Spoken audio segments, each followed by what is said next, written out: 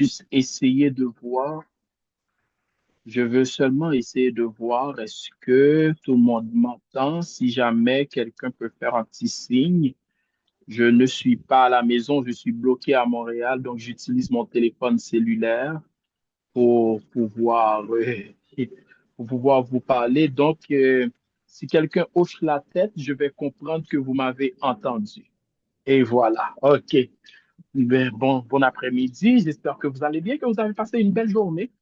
Euh, c'est toujours un plaisir et un honneur de s'approcher entre frères et sœurs dans la foi, de s'approcher de Dieu aussi. C'est un grand défi cette semaine de pouvoir penser à notre santé physique, émotionnelle, spirituelle. Et aujourd'hui devrait être un clou de plus dans ce grand édifice que nous souhaitons, bien sûr, euh, construire. Ce don précieux qu'est la santé que le Seigneur nous a donné. On est très content que nous puissions nous rencontrer pour passer ce moment ensemble.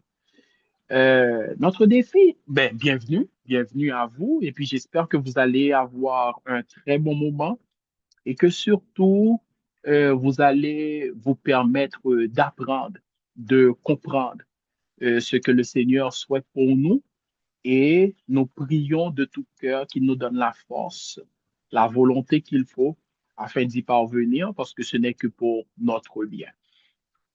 Euh, Aujourd'hui, notre défi, c'était de l'air, respirer. Je sais que euh, tout le monde sait ce que c'est d'inspirer, à savoir d'emmagasiner beaucoup d'oxygène et d'expirer le CO2. C'est des termes qui paraissent grands, mais c'est juste pour dire que on prend ce qui est pur, qui est là pour rentrer dans nos poumons, qui nous permet, euh, je lisais justement pour préparer ce petit moment, et puis je lisais que l'oxygène, c'est inhérent à l'être humain. C'est quand même intéressant parce que les arbres respirent, les animaux respirent, les êtres humains respirent.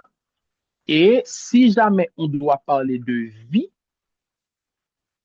on ne peut exclure de la vie la respiration. C'est quand même intéressant de voir à quel point le Seigneur, lui, il fait tout. Si nous nous référons à la création, vous vous rappelez que Dieu a tout créé avant l'être humain. Donc, il a tout mis à notre disposition afin que c'est comme recevoir des invités à la maison. Nous savons tous recevoir nos invités. Qu'est-ce qu'on fait? On profite pour donner un petit coup de balai, et on essaie de passer la serpillière, on nettoie le plancher, et puis on s'assure que nos frigos aient quelque chose. Nous nous assurons que la chambre qui va recevoir nos invités soit propre, accueillante. Et même nous autres, même si on va travailler pour revenir, on s'assure, par exemple, que la personne se sente bien. Pour... C'est la même chose que le Seigneur a fait pour nous. Donc, la respiration était notre défi d'aujourd'hui. Et rapidement, je vais vous donner euh, je vais vous donner quelques, quelques chiffres rapidement pour voir à quel point, au fait, quand on regarde, on voit que l'air est composé de 78% d'azote, de 21% d'oxygène, de 0,77 d'argon. Et puis nous avons les gaz rares dans l'air que nous respirons, comme néon, comme krypton, comme radon, comme hélium. Donc, c'est tout ça qui fait en sorte que quand nous respirons et que ça rentre dans notre poumon, ça fait un travail extraordinaire parce que le cœur qui n'est pas trop loin de nos poumons, les poumons vont tout prendre et puis ils vont envoyer ça dans le cœur pour purifier le sang que nous avons dans notre organe et qui va se redistribuer dans le cœur, dans le corps, que ça soit comme, comme l'écrivain, le scientifique, au fait, à qui je me suis référé pour faire la petite lecture, pour pouvoir vous parler de tout ça aujourd'hui, il disait de la tête aux orteils. Quand nous respirons, c'est de la tête aux orteils que le sang que nous avons dans le corps va être purifié pour continuer à faire ce grand travail. Donc voilà, c'était ça le défi que nous avions aujourd'hui. J'espère que vous avez pris le temps de bien respirer. Ça a un attrait psychologique. Je ne sais pas si cela vous est déjà arrivé. Quand on est hébété, quand on n'est pas bien, quand on est même en colère, on respire. Et ça fait une différence. Ça fait une grande différence.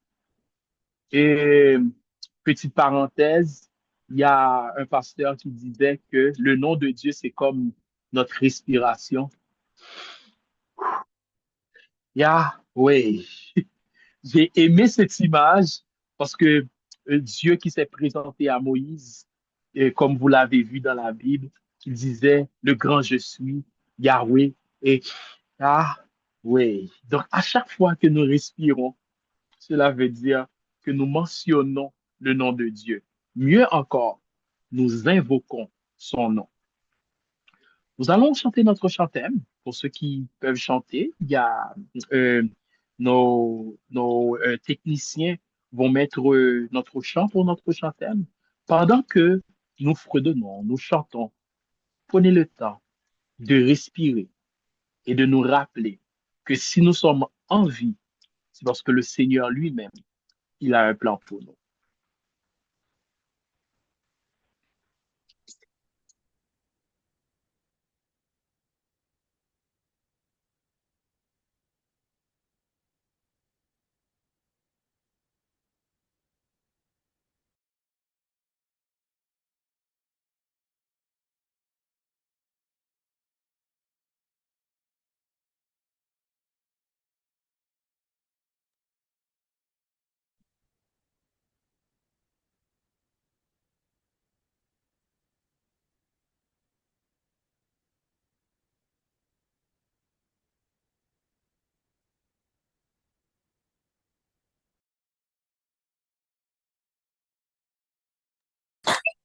Allô?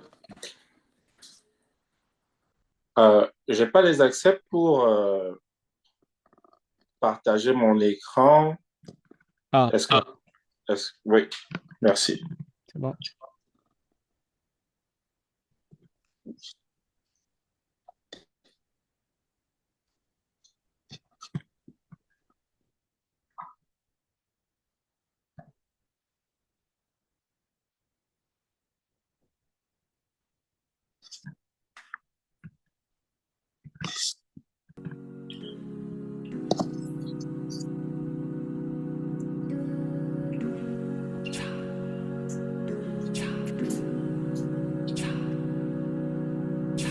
Écoute la prière que j'élève vers toi.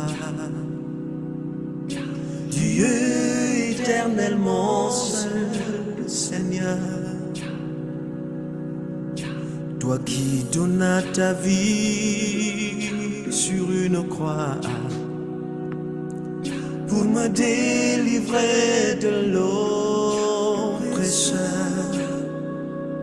Jésus-Christ, reviens envahir mon corps, que tout mon être soit à toi.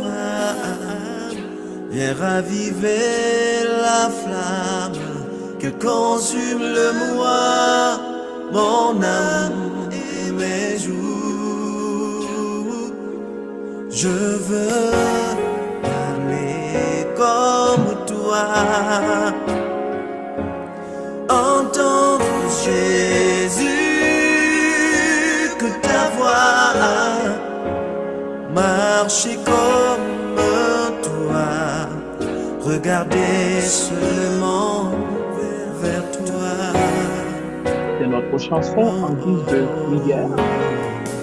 Nous, nous Rien n'est allons facile quand tu n'es pas là. notre orateur du jour.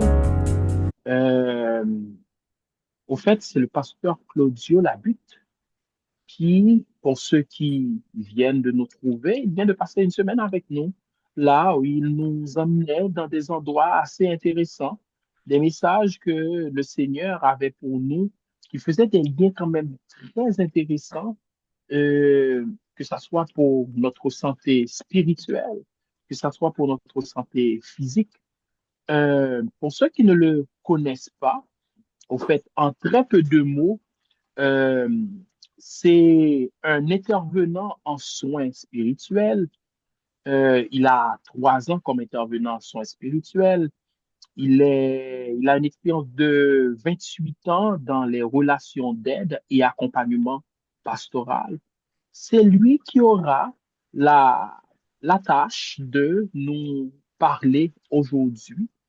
Donc, sans plus attendre, nous nous allons vous laisser avec Pasteur Labutte.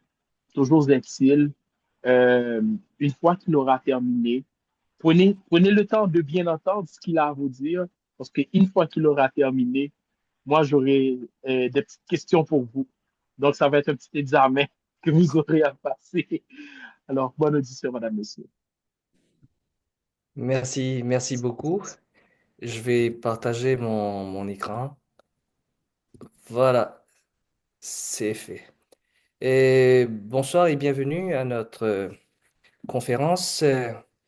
Et j'ai intitulé la causerie du jour La respiration de l'âme. La respiration de l'âme. Euh, je vais prendre un principe euh, du programme New Start. Donc, nous sommes arrivés à notre 6e jour.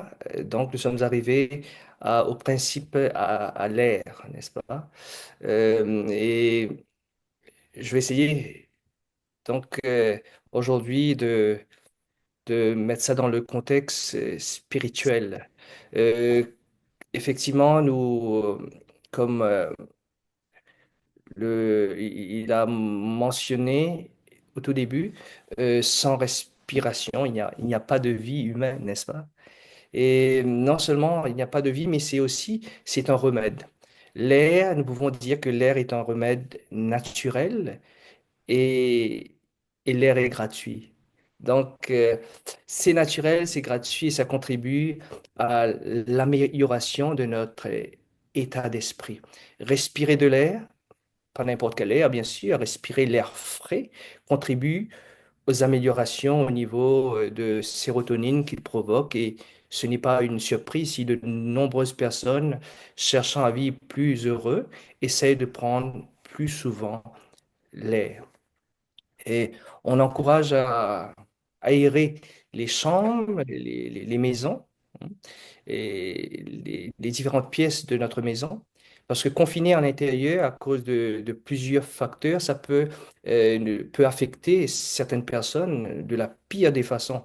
Et la réaction naturelle sera de sortir pour prendre l'air dès que la température s'améliore.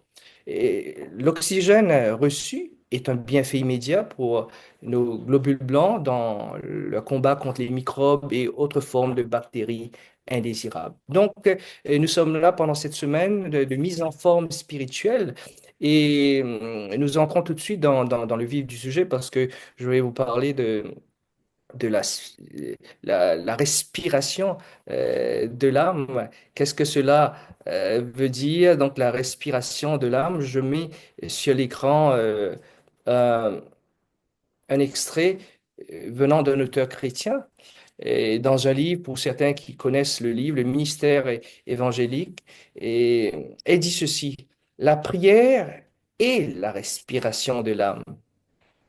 C'est le secret de la puissance spirituelle. On ne saurait lui substituer aucun autre moyen de grâce, tout en conservant la santé de l'âme. La prière met l'âme en contact direct avec la source de la vie. Elle fortifie le nerf et le muscle de l'expérience religieuse.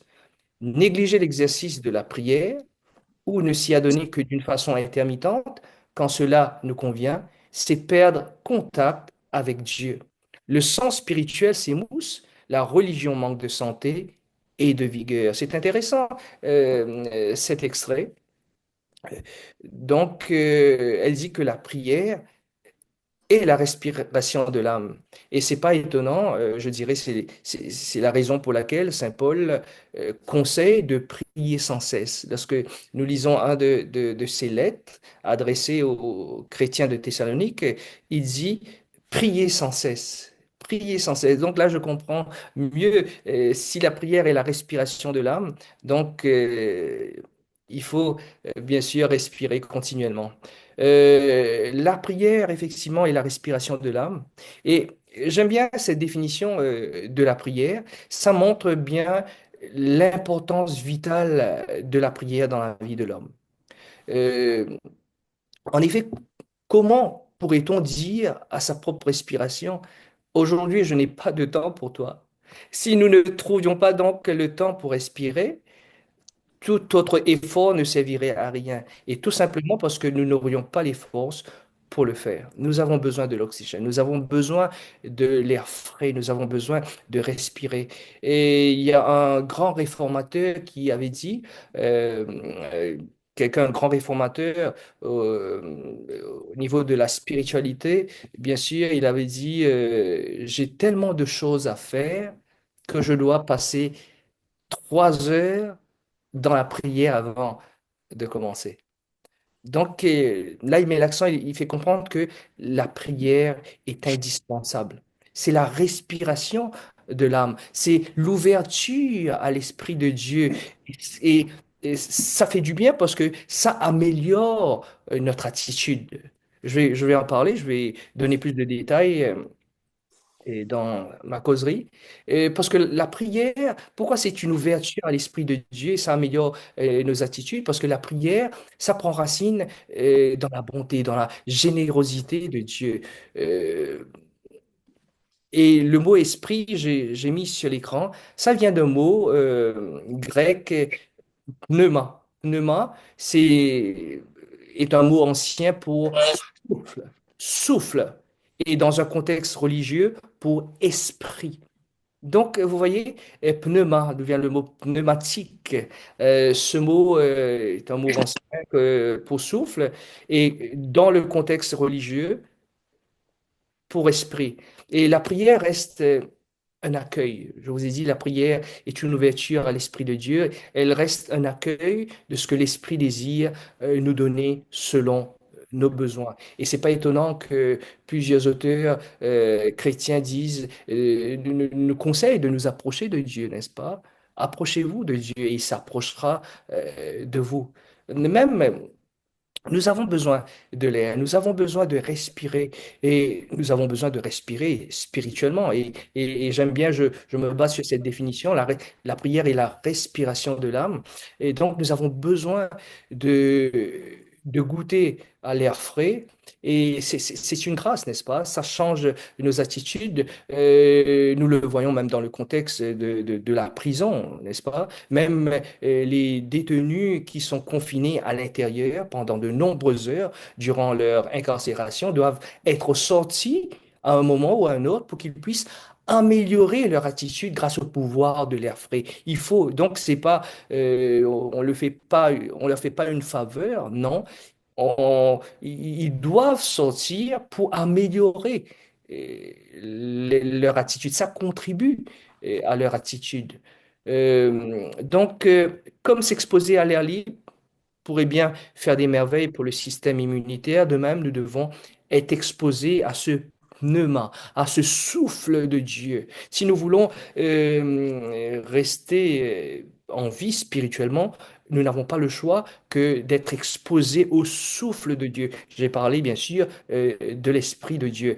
Et la prière, comme c'est la respiration de l'âme, la prière, prier, c'est ouvrir, c'est ouvrir. Je vous ai parlé de cette ouverture, c'est ouvrir à Dieu son cœur comme on le ferait à son plus intime ami. Euh, non pas que la prière soit nécessaire pour instruire Dieu, hein. On, on ne prie pas pour informer Dieu, pour lui donner des informations, non. Mais prier, elle nous met à même de recevoir ce que Dieu a pour nous. La prière ne fait pas descendre Dieu jusqu'à nous, elle nous élève jusqu'à lui. J'aime bien aussi cette citation. Donc, prier, c'est ouvrir son cœur à Dieu. Donc, c'est s'ouvrir à Dieu comme on le ferait à son plus intime ami. Et ça signifie déverser les sentiments qui nous habitent et laisser l'Esprit de Dieu agir dans les parties les plus secrètes de notre vie. Donc, vous voyez, il y a une relation, je dirais, très intime. Je peux dire une communion. Donc, laissez Dieu lui laisser nous communiquer cette grâce bienfaisante. Et pour ce faire, nous devons être proches, hein. J'ai employé le mot communion, je crois, c'est le mot qui convient. Être en communion pour qu'il fasse partie de pour que Dieu fasse partie de notre cercle d'amis intimes et de devenir notre confident. C'est la prière, c'est vrai, très souvent, on définit la prière comme des demandes, des requêtes, voilà, comme une longue liste de demandes. Mais la prière, c'est plus que ça, c'est la respiration de l'âme. Donc la prière, euh, c'est s'ouvrir à cette grâce bienfaisante. Euh, mais pour ce faire, bien sûr, on accueille l'Esprit de Dieu, Dieu lui-même dans notre vie. Il faut qu'il devienne un ami intime. Et quand on est dans ce genre d'intimité, il devient aussi notre confident, n'est-ce pas? Ainsi, nous pouvons exprimer notre vécu intérieur. Donc, vous voyez, la prière, et d'ailleurs, cela a été, on peut le voir dans des articles scientifiques, la prière fait partie maintenant des traitements. Si vous lisez, il y en a tellement sur le net, allez-y et vous allez voir que c'est une thérapie, hein. Prier pour certains est une thérapie. Mais nous vivons à un moment, bien sûr, où je dirais une de nos faiblesses spirituelles réside dans le fait que nous ne nous autorisons pas souvent à exprimer, ni même peut-être à ressentir ce qui est pourtant la vérité de notre être profond. Donc, on ne dit pas tout, hein. Et on pense que la prière, c'est quelques paroles prononcées juste pour informer ou instruire Dieu de certaines choses qui se passent, qui se déroulent dans notre existence. Et puis, nous faisons notre liste de demandes, alors que la prière est une possibilité, est une occasion pour chacun de nous ouvrir à Dieu, à son esprit.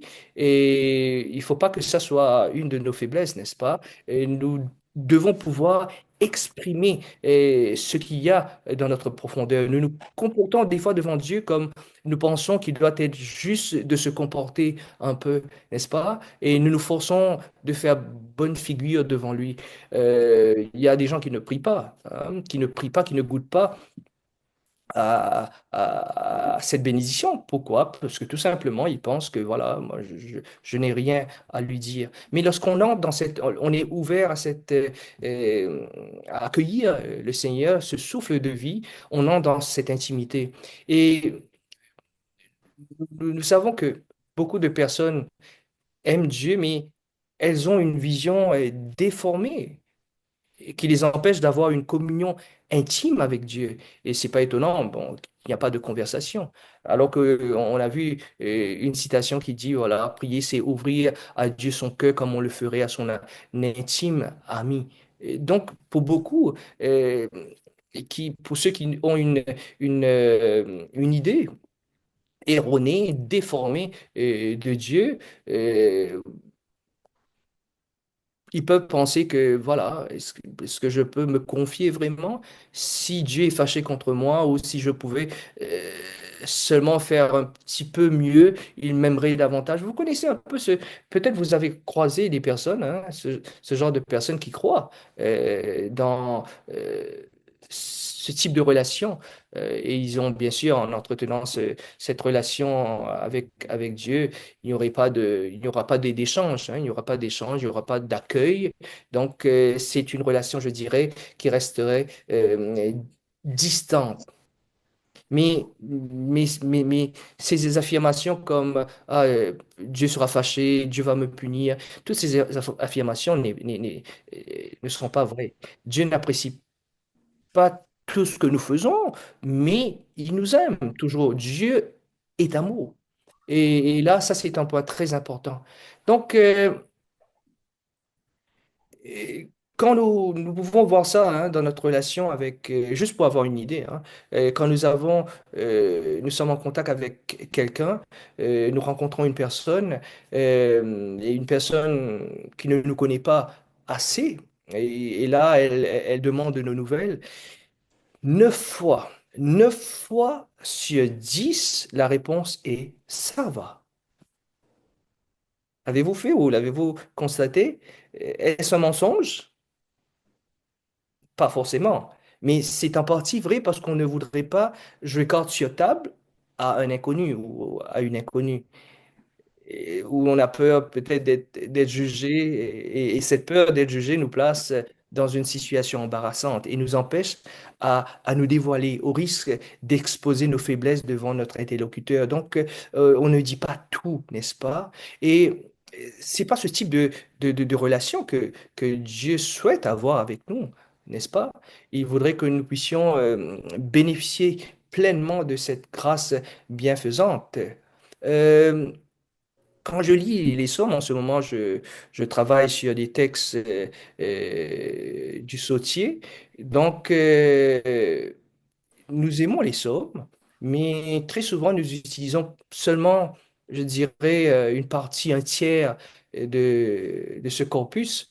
Euh, Pourquoi? Parce que nous disons que certains psaumes peut-être ils n'ont pas leur place dans le sautier. Et il y a des sommes d'imprécation, mais il y a aussi des sommes de lamentation. Et plus d'un tiers des sommes sont des sommes de lamentation.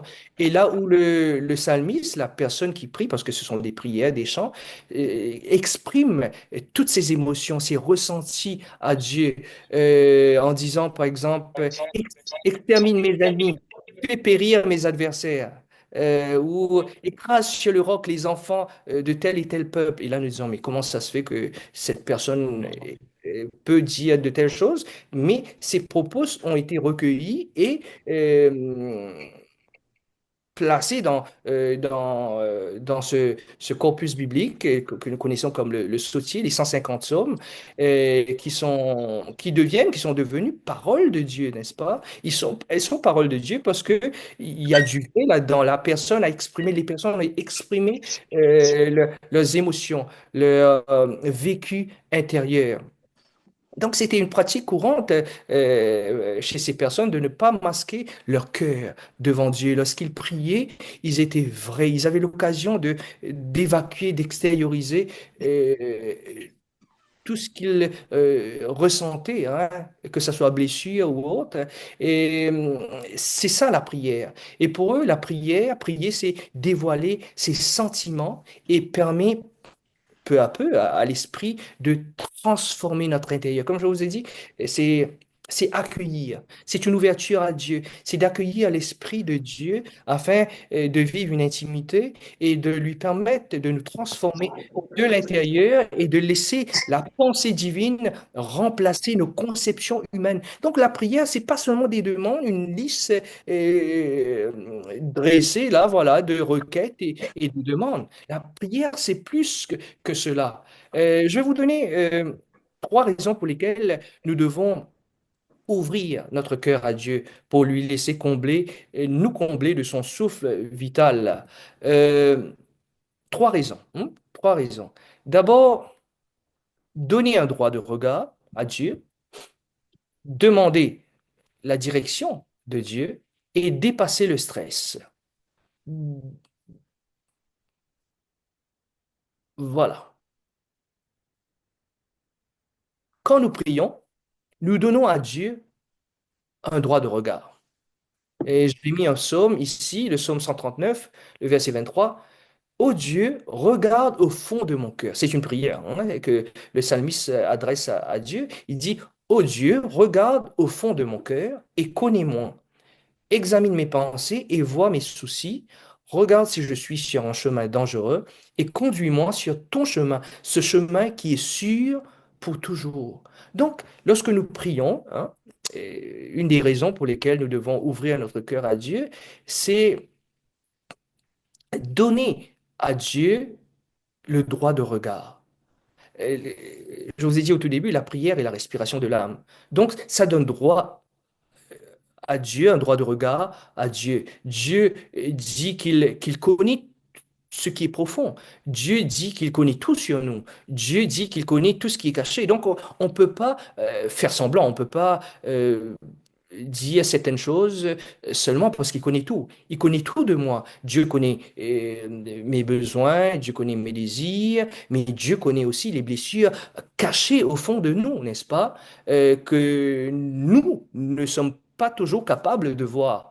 Et quand nous demandons à Dieu de sonder notre cœur, il révélera les zones d'ombre de notre passé et les mettra en lumière au moment opportun. Et ça, c'est important. Des fois, nous faisons des choses, nous disons des choses, nous pensons certaines choses à certaines choses, et là, nous n'arrivons pas à comprendre, mais pourquoi? Pourquoi nous nous comportons ainsi? Mais si nous accueillons l'esprit, le souffle, ce souffle vital, le souffle de Dieu en nous, son esprit, il éclairera notre intérieur et il nous permettra, parce que lui, il sent tout, hein, mais il va nous révéler les zones d'ombre, même de notre passé, et mettra en lumière certaines choses qui s'est passées avant et qui aujourd'hui euh, produisent des conséquences, n'est-ce pas, dans notre existence. Il y a des choses qu'on a peut-être oubliées ou bien enfouies au fond de nous. Bon, dans la psychologie, on appelle cela réprimer, n'est-ce pas, refouler ces choses et à un moment, ça va sortir.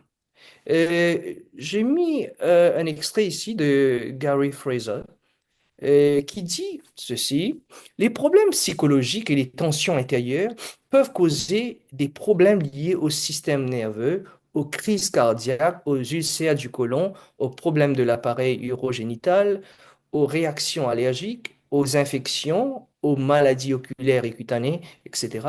Par contre, la confiance en Dieu, la prière, la confession et le fait d'assister aux services religieux ont un impact positif sur la santé.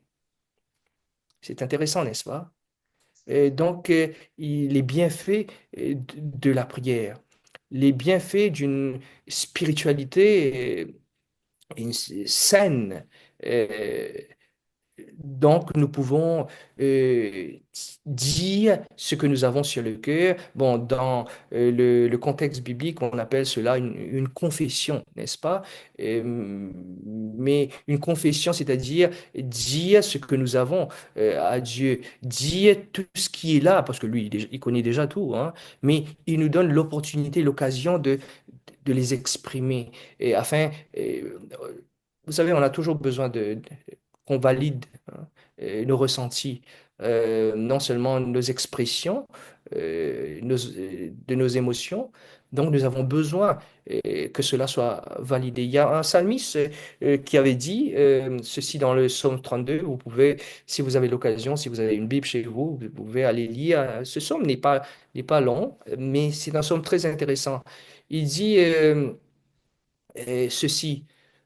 Tant que je ne reconnaissais pas ma faute, mes dernières forces épuisées en plaintes quotidiennes, car de jour et de nuit, tes coups pleuvaient sur moi, j'étais épuisé comme une plante au plus chaud de l'été.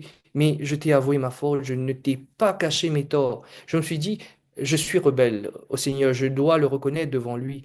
Et toi, tu m'as déchargé de ma faute. Voilà pourquoi tous les fidèles devraient t'adresser leur prière quand ils découvrent leur faute. Donc, nous devons les confesser hein, et accepter son pardon. Hier, nous avons parlé du pardon. C'est une grâce.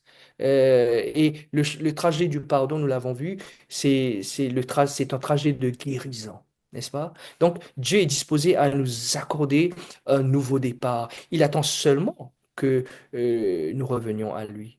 Donc voilà, nous avons vu la première raison, c'est de donner à Dieu un droit de regard, mais il y a aussi demander donc la direction, c'est-à-dire notre vie peut nous sembler compliquée.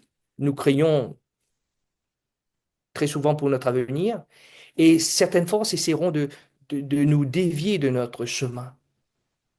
Et des fois, nous avons à lutter contre les habitudes pernicieuses, n'est-ce pas?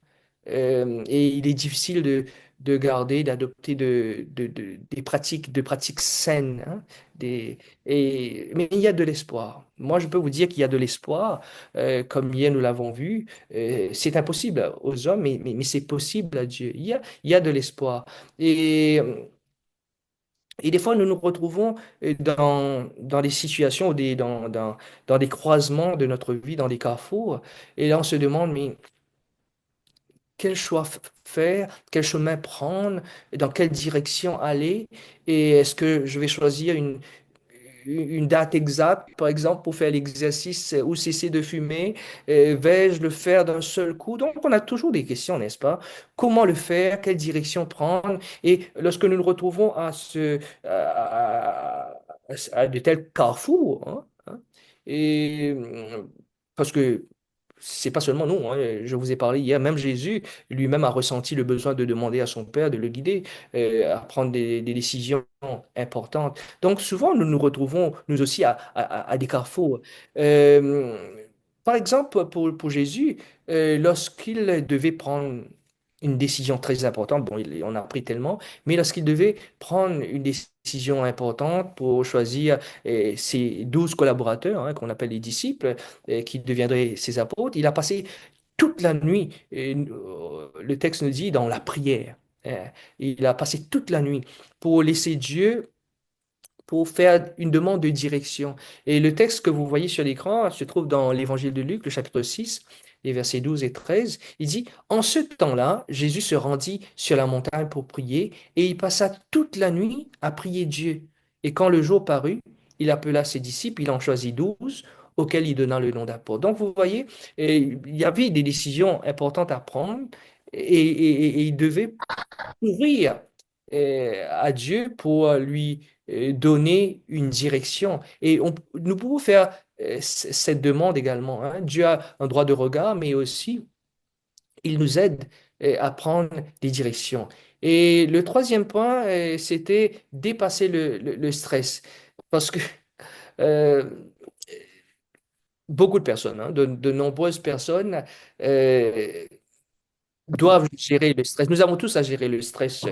Et on ne peut pas le faire toujours quand nous avons plusieurs stress, par exemple dans le travail, euh, des fois nous avons des difficultés, des moments difficiles dans notre vie quotidienne et écrasé sous ces pressions-là, les pressions de l'existence, euh, au lieu de recourir au souffle de vie, à l'aide divine, alors que nous pouvons bénéficier, bien sûr, euh, de cette grâce. Bon, des fois, nous cherchons ailleurs ou bien par nos propres efforts, nous essayons de nous tirer d'affaires. Mais quand on sait que les situations stressantes peuvent fortement impacter notre vie, notre santé, la tension artérielle et le cœur, il est très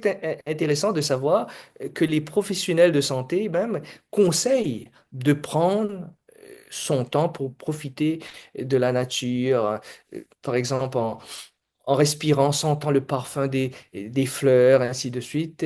Donc c'est important. Si nous sommes soumis à d'énormes stress, peut-être en raison d'un drame, un deuil, ou parce que notre vie est menacée, prier le Dieu de toute consolation, ça peut procurer un immense soulagement. Et le texte que j'ai mis sur l'écran se trouve dans la lettre de Pierre, sa première lettre. Il dit, mais déchargez-vous sur lui de tous vos soucis, car il prend soin de vous. Donc, la prière, c'est pas seulement des demandes donne-moi ceci, donne-moi cela, mais c'est une façon d'évacuer nos ressentis, hein, toutes nos émotions, notre mal-être. Voilà, déchargez-vous sur lui, nous dit Pierre, de tous vos soucis, et pas seulement quelques-uns, hein, mais tous vos soucis, car il prend soin de vous. Donc, c'est intéressant de voir que la prière, en tant qu'exercice spirituel, ça nous soulage, hein, et voire nous débarrasse de nos inquiétudes. En toutes circonstances, faisons des demandes à Dieu dans la prière et ce dont nous avons besoin et faisons-le avec un cœur reconnaissant. Donc, voilà, et nous devons pouvoir et demander, hein, par la prière, nous présenter notre vécu intérieur à Dieu et la paix de Dieu qui dépasse tout ce que l'on peut imaginer gardera nos pensées, hein. Le cœur, c'est le siège de la pensée, en communion avec Jésus. Mais nous ne sommes pas forts à demander. Nous avons des difficultés. Rappelez-vous, lors de notre deuxième causerie, j'avais parlé d'établir de bonnes relations. Nous avons du mal, n'est-ce pas? Nous avons du mal avec nous-mêmes, avec les autres, mais maintenant avec Dieu. Nous ne sommes pas forts de demander parce que nous ne croyons pas à la gratuité du salut. Peut-être nous avons une idée erronée ou déformée de Dieu. Donc, pour nous, Dieu, c'est quelqu'un qui est exigeant, n'est-ce pas? Il est plus à vouloir nous imposer des restrictions qu'autre chose, alors que le salut est gratuit et nous ne croyons pas à cette gratuité du salut. Et si nous n'avons pas encore goûté à cette expérience vivifiante, parce que je vous encourage chaque soir, chaque jour à vivre cette expérience-là, c'est une expérience personnelle. Si nous ne passons pas à l'acte, si nous n'expérimentons pas cela, nous serons toujours dans une relation, nous continuerons à marchander, vous voyez, comme on dit, donnant, donnant. Ce n'est pas du jour au lendemain que nous prendrons, nous perdrons nos mauvaises habitudes. C'est pas, nous voulons vivre des expériences spirituelles, nous voulons être transformés, nous voulons pouvoir être plus réguliers dans nos démarches spirituelles, mais des fois, nous sommes esclaves, n'est-ce pas? Et lorsque nous sommes esclaves de nos mauvaises habitudes, de nos mauvais sentiments ou d'une dépendance quelconque, ça peut trouver, euh, je peux dire qu'il y a une sortie. Dieu peut nous aider, n'est-ce pas, à trouver une solution. Euh, Tout au long de cette semaine, nous avons parlé de comment nouer de bonnes relations, comment délaisser, hein, mettre de côté les paroles blessantes et prendre la parole qui guérit, la parole qui élève. On a parlé aussi de boire à la vraie source.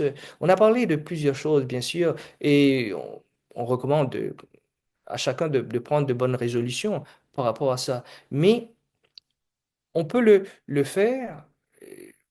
Beaucoup disent, mais est-ce que je pourrais tenir longtemps? Ou seulement ça va durer une semaine ou quelques jours, voire un mois au maximum? Dans la Bible, on nous parle de l'histoire d'un peuple, hein. Quand nous lisons l'Ancien Testament, par exemple, il y a beaucoup qui n'aiment pas, qui aiment que le Nouveau. Moi, je vous encouragerais aussi à lire l'Ancien Testament. Ça parle, il y en a, il y a pas mal de récits et ça parle de l'histoire d'un peuple, le peuple hébreu, et leur histoire est racontée donc dans plusieurs livres. Ça commence avec le livre de l'Exode. Et c'est l'histoire d'un peuple qui sort de l'esclavage, hein, qui sort de l'Égypte. Et c'est une belle histoire, c'est une histoire qui est très révélatrice. Donc, ce peuple quitte l'Égypte, et l'Égypte, c'était l'esclavage, et une terre d'esclavage, là où ils faisaient des choses, c'était pas leur pays, mais ils se sont retrouvés là pendant 4 siècles. Et maintenant, nous voyons que ce peuple, dans le livre, du moins dans le livre de l'Exode, crie sa douleur, crie sa souffrance à Dieu, et Dieu suscite quelqu'un du nom de Moïse, et Moïse fit sortir ce peuple de ce pays, de l'esclavage. Et en quittant l'Égypte, donc l'oppression de l'Égypte, et il prit une ferme résolution d'emprunter le sentier de la foi, je dirais le sentier de la confiance, parce qu'ils ont suivi, Moïse leur a dit, voilà, c'est Dieu qui vient vous aider, vous libérer, donc ils ont fait confiance euh, à cette parole, et ils ont pris le sentier de la confiance. Mais là, nous devons aussi faire confiance, n'est-ce pas? Parce que chaque soir, je vous parle de la spiritualité biblique, je vous parle de l'aide divine, je vous parle de Jésus qui qui peut et qui veut nous communiquer sa force pour triompher sur les tentations, les différentes tentations qui nous assaillent chaque jour et qui nous empêchent de sortir de notre captivité, de ces mauvaises habitudes. Donc, nous devons faire confiance. Et donc, ce peuple-là qui quitta l'Égypte en prenant le sentier de la confiance, confiance à Dieu, bien sûr, mais c'est pas le plus facile, bien sûr, car le sentier de la confiance, c'est le sentier, c'est le chemin de l'écoute, c'est le chemin de l'obéissance. Hein. C'est pas toujours facile de continuer à écouter, de continuer à faire confiance, hein, d'être obéissant. Et cette démarche consistait bien sûr à permettre à Dieu d'accomplir sa volonté en eux. C'était pour eux une façon de vivre euh, une vie de prière. Hein. Une vie de prière. Il y a des gens qui aiment prier et ils aiment passer des heures en prière. Il y a des personnes qui aiment même qui aiment les nuits de prière. Moi, je préfère une vie de prière. Et quand je regarde ce peuple hébreu qui quitta l'Égypte, qui quitta donc l'oppression de l'Égypte, ils ont emprunter le sentier de la foi, le sentier de la confiance, et ils devaient vivre cette intimité, c'est laisser le souffle de Dieu les mener. C'était le chemin qui pouvait les mener à atteindre leurs objectifs, être vraiment libres. Et bien sûr, ça n'a pas pris un jour ou 2 jours, ça a pris, quand nous lisons le récit qui se trouve dans le livre de l'Exode et dans d'autres livres après, ça a pris 40 ans. Donc, en empruntant cette voie-là, ils se sont retrouvés un moment dans un désert. C'est un peu comme nous, n'est-ce pas? Dans certains cas, pour combattre certaines mauvaises habitudes, il est préférable d'éviter les endroits et des circonstances stimulant le désir de nous donner, de nous adonner à des penchants tels que l'envie, pour le fumeur, c'est l'envie de fumer, hein. Nous évitons ces endroits-là. Et quand nous lisons le récit de ce peuple, Dieu leur a emmené, ils ont pris la voie de la confiance, faisant confiance à Dieu. C'était une vie de prière qui était entamée. Et là, ils avaient évité la compagnie de certaines personnes, de certains groupes. Donc, Dieu leur a emmené dans le désert. Et le chemin par le désert nous aide aussi à faire face à notre réel besoin, mais aussi de faire face à la réalité sans se voiler la face. Donc, le chemin du désert, parce que là, nous sommes dans une mise en forme spirituelle, nous essayons de prendre de bonnes résolutions, mais pour sortir de notre captivité, de l'oppression. Bon, pour eux, c'était l'oppression de l'Égypte, mais nous avons toutes sortes d'oppressions, n'est-ce pas? J'ai fait mention du fumeur, donc coupé avec la cigarette, ou il y a d'autres aussi d'autres mauvaises habitudes. Donc, je vous ai dit que le chemin du désert nous aide à faire face à notre réel besoin, mais c'est aussi à faire face à la réalité sans se voiler la face. Il faut reconnaître, il faut dire, il faut pas vivre dans le déni. Il faut mettre un terme à ce passé qui nous garder captifs. Et il faut sortir, aller dans notre désert pour vivre un temps de réflexion, de remise en question et de passer à l'action, donc de quitter ces mauvaises habitudes. Et à un certain moment, ces gens-là, ils avaient soif, mais ils ne trouvaient point d'eau à boire. Et vous savez ce qui s'est passé? Et nous pouvons un peu tirer des leçons pour nous-mêmes, hein, à travers leur histoire, à travers leur récit. À un moment, ils avaient soif et ils ont commencé à murmurer et à se plaindre. Et en se disant qu'ils auraient mieux fait de rester là-bas, c'est-à-dire en Égypte. Ils avaient la nostalgie de l'ancienne vie. Et ça, je peux vous l'assurer, ça refera surface et va revenir à notre esprit de temps à autre, n'est-ce pas? Mais cette nostalgie de l'ancienne vie, je peux vous dire, elle est néfaste. Parce que nous avons tendance, avec la nostalgie, d'idéaliser le passé. Euh, donc l'endroit, l'ambiance, les sensations associées aux souvenirs sont magnifiées. Donc il y a des gens qui disent, ah, j'étais mieux dans le passé. Non, j'ai été captif dans le passé de tes mauvaises habitudes. Et là, tu as pris des fermes résolutions de sortir de cette captivité. Mais on veut toujours comme eux. Ils voulaient retourner en Égypte et nous voulons retourner à cette ancienne vie. Et nous disons, mais non, quand même, le passé, on grossit ce passé. Qu'elle soit heureux ou malheureux, le passé est toujours un espace dans lequel on se reconnaît. Et un jour, j'avais parlé de zone de confort. On veut toujours retourner dans notre bulle rassurante, mais il y a un risque de ne pouvoir s'en détacher. Donc, vous voyez, ce peuple-là, il murmurait, il voulait retourner en arrière. Et peut-être vous avez pris de bonnes résolutions. Voilà, maintenant, je compte faire ceci par l'aide de Dieu parce que c'est sa force. Et j'ai besoin, et c'est quand je suis faible, c'est alors que je suis fort parce que je fais appel à la force de Dieu.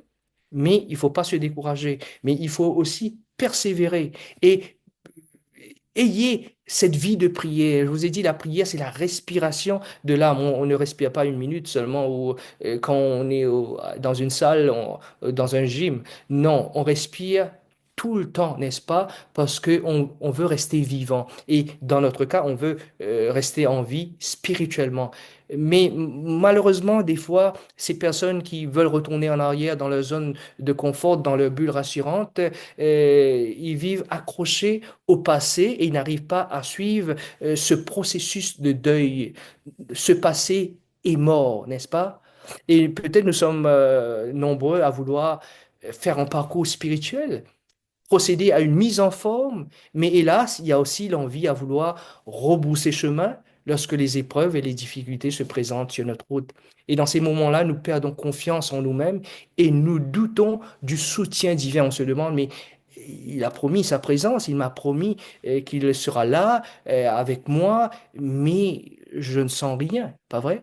Et c'était la même chose, ce peuple vivait cela à l'époque, ils étaient dans leur désert et ils étaient à peu près 1 million de personnes. Et là, ils ont crié leur détresse et leur découragement à leur chef, à Moïse, qui ne savait quoi faire devant cette situation de désarroi.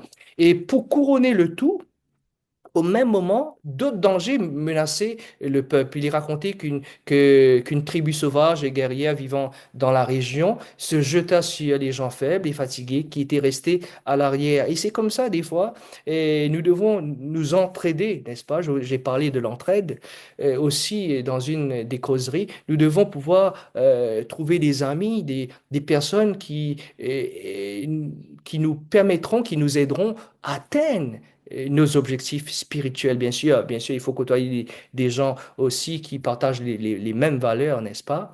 Et pour ce peuple, à l'époque, il y avait certains qui étaient fatigués, affaiblis, et pourtant ils étaient sur une bonne voie. C'était la voie ils étaient dans une vie de prière, n'est-ce pas? Ils étaient ouverts au souffle de Dieu et Dieu leur communiquait régulièrement, quotidiennement cette vie-là. Mais eux, ils avaient toujours la nostalgie du passé, de l'Égypte, de leur zone de confort. Peut-être vous allez ressentir la même chose aussi durant votre parcours spirituel. Et comme l'ensemble du peuple n'était pas à même de prendre des armes, les décisions sont prises pour former un corps d'armée composé d'hommes choisis un peu dans les différentes tribus et de les conduire dès le lendemain contre l'ennemi. Et on raconte que Moïse, leur chef, il se tint sur une hauteur et où il pouvait dominer le champ de bataille. Donc il fallait se battre. Donc l'ennemi est arrivé et c'est un peu comme également dans notre vie, n'est-ce pas? Durant notre pèlerinage, si je peux l'appeler ainsi, durant ce parcours spirituel, nous aurons à combattre l'ennemi, n'est-ce pas? Et là, on nous dit que Moïse, il se tenait sur une hauteur et une éminence, et il était accompagné de son frère Aaron, et puis d'une autre personne du nom de Hur. Et on nous dit qu'il priait pour le succès de son peuple, et ses bras étaient étendus vers le ciel. Et on remarqua donc, selon le récit, que lorsque les mains de ce prophète étaient levées, les Hébreux triomphaient. Et tandis que si par faiblesse il les laissait retomber, c'était l'ennemi qui gagnait du terrain. En conséquence, donc, Aaron, son frère et Hur lui soutinrent les mains jusqu'au coucher du soleil et l'ennemi fut mis en fuite. C'est ce que le récit nous raconte. Euh, Dans Exode 17, 12, vous pouvez lire plus tard ce très beau récit, et on nous dit que les mains de Moïse étant fatiguées, il pria une pierre qu'il plaça sous lui et il s'assit dessus. Aaron et Hur soutenaient ses mains l'un d'un côté, l'autre de l'autre. Et ses mains restèrent fermes jusqu'au coucher du soleil. Donc, ce qui est intéressant dans cette histoire, c'est que elle nous révèle qu'aucune lutte spirituelle ne peut être menée et qu'aucune victoire ne peut être remportée sur l'adversité en ayant les bras croisés. Au contraire, nous ne devons jamais baisser les bras. Et dans ce combat contre les mauvaises habitudes, le soutien des proches et des amis sur qui nous pouvons compter est à recommander. Je vous ai parlé de ces amis qui nous aident à atteindre nos objectifs, n'est-ce pas? Et dans ce récit, l'attitude adoptée, c'est de persévérer. Une semaine de mise en forme spirituelle, mais que cela ne s'arrête pas à la fin de la semaine. C'est vrai, c'est notre dernière soirée. Bon, demain, nous aurons une autre causerie, mais il faut pas que ça s'arrête, hein. Les bonnes habitudes et notre résolution s'arrête avec notre dernière causerie, notre dernière conférence. Euh, il faut persévérer. Et cette persévérance dans la prière est une condition, je dirais, sine qua non de notre confiance, comme la prière, parce que la prière, c'est la respiration de l'âme. Si nous voulons rester en vie, nous devons continuer à respirer. Et la prière, ne pensez plus à la prière comme probablement nous avons l'habitude l'entendre ou de la comprendre, comme une réunion, un programme de prière, une session de prière. Non, la prière, c'est une vie. La prière, c'est d'être en communion avec le souffle de Dieu et de recevoir continuellement son soutien sur ce chemin de confiance. Et ce chemin de confiance est aussi un chemin d'écoute et d'obéissance. Et nous devons continuer à persévérer jusqu'au bout. Et il y a des bons et des mauvais jours, il y a des réussites et des échecs. Il y a des doutes et des grands élans, et l'important pour nous, c'est de ne pas baisser les bras, c'est de persévérer jusqu'à la fin. Saint Jean de la Croix, c'était un grand docteur mystique chrétien.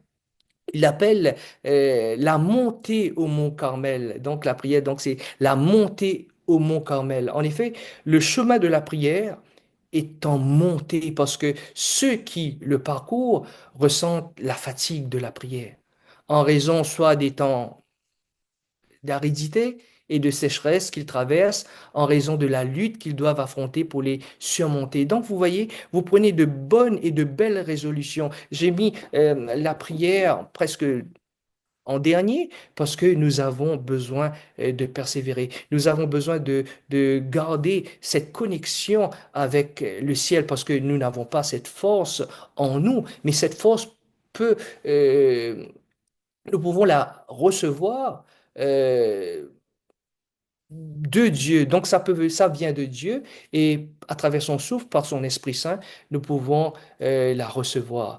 Je vous encourage, chers amis, chers internautes, et pour tous ceux qui auront l'occasion d'écouter cette conférence, je vous encourage à rester connecté à ce souffle de vie afin de goûter pleinement au bien-être spirituel. La prière, c'est la respiration de l'âme. Ne priez pas seulement dans des sessions, dans des moments organisés par un groupe ou une église pour prier. La prière, c'est la respiration de l'âme. Et un jour, quelqu'un posa à une personne la question suivante, mais qu'est-ce que tu as à gagner à prier régulièrement à Dieu? Il répondit, rien. Mais je vais vous dire ce que j'ai perdu. La colère, l'ego, la cupidité, la dépression, l'insécurité et la peur de la mort.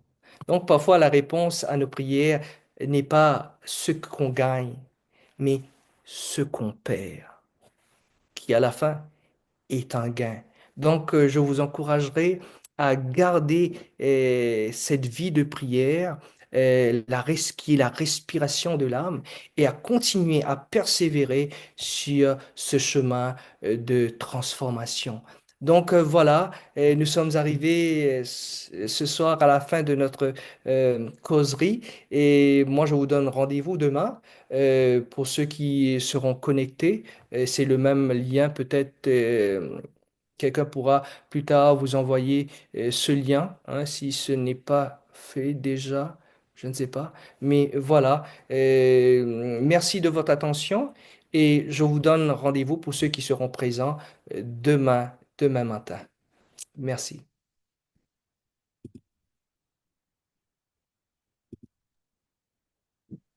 Merci à vous, chers amis, pour avoir été là à l'heure. Merci à notre conférencier, Claudio, pour cette réflexion de haut niveau. J'avais dit vite fait que j'allais poser des questions, donc pour lever la main pour dire oui et baisser la main pour dire non, vrai ou faux. Selon le message de ce soir, la prière est la respiration de l'âme. C'est vrai. Deuxièmement, la prière, c'est parler à Dieu comme on le ferait à un ami. Vrai ou faux? Levez la main pour dire oui et baisser la main pour dire faux. Et encore, oui, c'était vrai. Vous êtes de magnifiques élèves. Merci à vous. Je vous rappelle que demain, on va parler du repos. Le repos, le repos, c'est large, c'est vaste. Je voudrais tellement vous en parler, mais non, je ne suis pas le mec le plus ultra à le faire. Il y a quelqu'un qui le fera demain. Mais en attendant ce soir, continuez à prendre soin de vous. C'est le bon moment pour nous de prier. Donc, nous allons prier avec notre conférencier et tout de suite après, on se dira au revoir. Prions. Merci Seigneur de cette opportunité, et ce privilège que tu nous donnes de pouvoir nous connecter avec le ciel. Merci de nous communiquer cette grâce euh, bienfaisante. Nous savons que nous avons besoin de toi pour rester vivants spirituellement. Communique-nous par ton Esprit Saint euh, ta sagesse, ton amour, ta bonté, et permets, Seigneur, que nous puissions continuer à maintenir une relation étroite avec toi et que dans cette intimité, que nous puissions également t'exposer ce que nous avons sur le cœur, exprimer nos émotions et trouver en toi quelqu'un qui est toujours à l'écoute et qui est disposé à valider nos ressentis, nos émotions. Tu es un Dieu extraordinaire parce que tu prends soin de nous. Et si tu nous as emmenés dans un désert, dans notre désert, c'est pour que nous soyons coupés avec ce passé qui nous a gardés captifs et continue parfois à nous hanter. Merci de nous aider à, à marcher de l'avant et à te faire confiance sur ce trajet de guérison. Nous te rendons grâce et nous te demandons de nous aider à persévérer au nom de Jésus. Amen.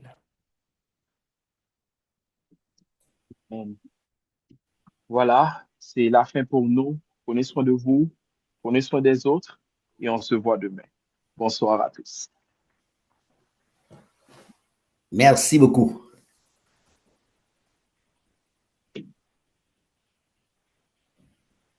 Bonsoir.